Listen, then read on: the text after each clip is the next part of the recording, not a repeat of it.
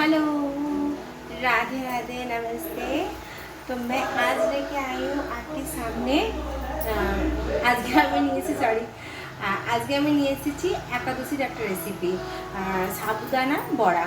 তো সাবুদানার বড়ার জন্য আমি কি নিয়েছি, দুটো কাঁচকলাকে সেদ্ধ করে নিয়েছি, দুটো আলুকে সেদ্ধ করে নিয়েছি, একটু আদা বাটা, একটু লঙ্কা কুচি, এই যে সাবুদানা আগে থেকে ভিজিয়ে রেখেছিলাম, আর সন্দক নুন আর জিরে গুঁড়ো। তো আমাদের একাদশীতে, আর ধনে পাতা কুচি, আর ভাজার জন্য নিয়েছি সানফ্লাওয়ার তেল, একটু ঘি।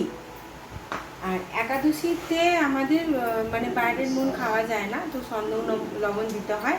আর বাইরের মশলা যেহেতু খাওয়া যায় না, তো ওই জন্যে গোটা জিরেকে ভেজে গুঁড়ো করে নিয়েছি। এবার এটা আমি ভালো করে একসাথে সব মিলিয়ে ভালো করে ম্যাশ করে নেব। এই যে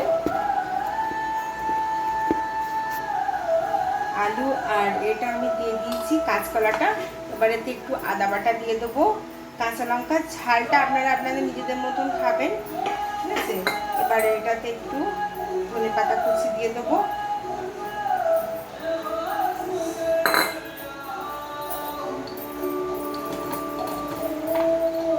নুনটাও স্বাদ মতন দেবেন।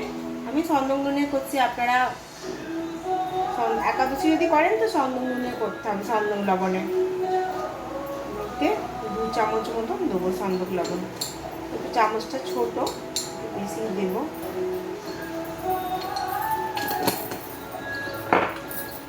মানে 1 চামচ জিরে গুঁড়ো দেবো।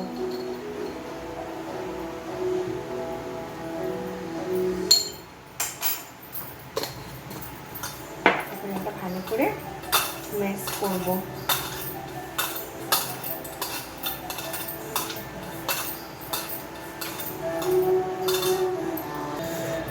এটা ভালো করে আমি ভালো করে ম্যাশ করে নিয়েছি। এবার এতে আমি সাবুদানাটা দিয়ে দেবো।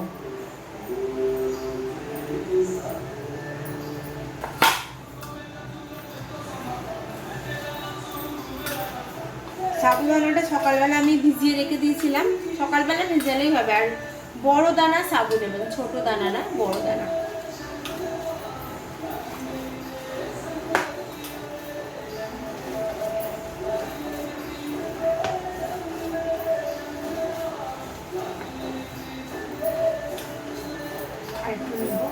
অনেকটাই বেশি ভিজিয়েছিলাম, একটু সাবু।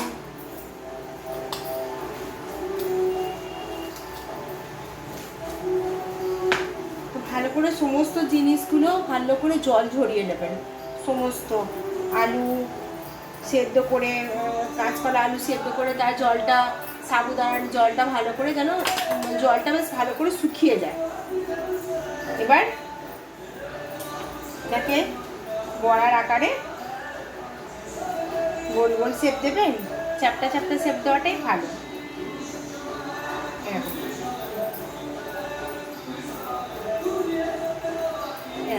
চ্যাপটা চ্যাপটা শেপ দিয়ে এগুলোকে বানিয়ে নেব। তো আমি এই বড়াগুলো এই শেপে করে নিয়েছি, হাতে অল্প করে একটু তেল লাগিয়ে, আর এরকম বড়ার আকারে এরকম চ্যাপটা চ্যাপটা শেপে করে নিচ্ছি। আমি গ্যাসটা অন করে দিয়েছি, গ্যাস অলরেডি তাওয়া গরম করে নিয়েছি। এই যে তাওয়া গরম হয়ে গেছে। এবার হালকা করে আমি এই ব্রাশ দিয়ে একটু ঘি লাগিয়ে দেবো।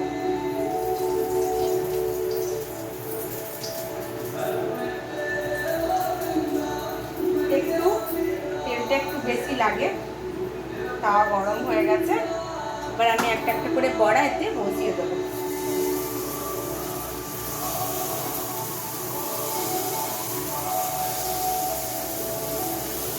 আমি 1 কাপ এতে সাবুদানা আমি 1 কাপ ভিজিয়েছিলাম, তাও অনেকটা বেশি হয়ে গেছে।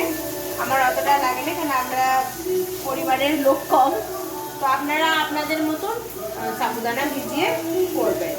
যেরকম বাড়িতে লোক সেই অনুযায়ী কোয়ান্টিটিটা বাড়িয়ে দেবেন। এবার এগুলো আস্তে আস্তে অল্প অল্প করে হতে থাকবে, একদম সিম আছে হবে, মানে অল্প আঁচটা একদম কমে দিতে হবে, লো আছে এটা হবে, আস্তে আস্তে হবে। এবার জোর আঁচ দিলে এটা পুড়ে যাবে, ওই জন্য একদম সিমটাকে লো করে এটাকে ভাজতে হবে। একটু হালকা হালকা এক পিঠ যখন ভাজা হবে হালকা একটু তেল দিয়ে আবার পরের পিঠটা উল্টে দিতে হবে। তখন এটা হালকা হালকা করে ভাজা হোক, আমি এগুলোকে সেভ করে নিই। এবার দেখে নেবো যে এই পেছন পিঠটা হয়ে গেছে কিনা। আমার এগুলো রেডি করা হয়ে গেছে। এবার এগুলো দেখে নেবো যে পেছনটা উল্টে যে ঠিকঠাক হয়েছে কিনা। একটু ভাজা ভাজা হয়ে গেছে। এবার হালকা করে তেল দিয়ে দেবো।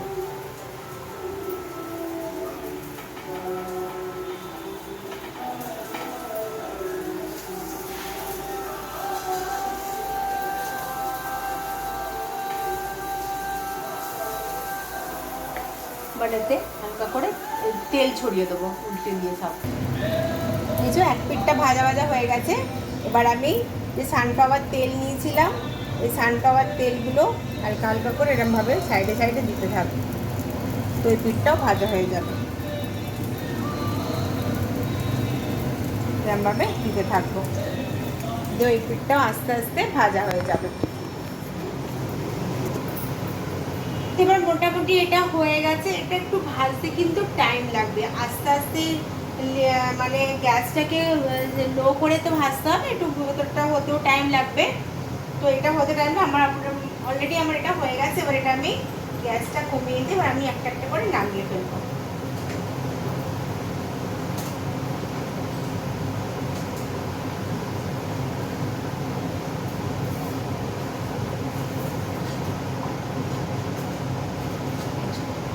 রেডি, সাবুদানার বড়া রেডি। এবার এতে আমি আবার তেল দেব, তেল দিয়ে বাকিগুলো চাপিয়ে দেবো। সেম এরকম যেমন ভেজেছি ওরকম ভাবে একটা একটা করে ভাজা হবে। তেলটা লো করে দিয়েছি, আস্তে আস্তে ভাজা এক পিঠ ভাজা হবার পর আবার ও পিঠ ওল্টাবার পর তেল দিতে হবে।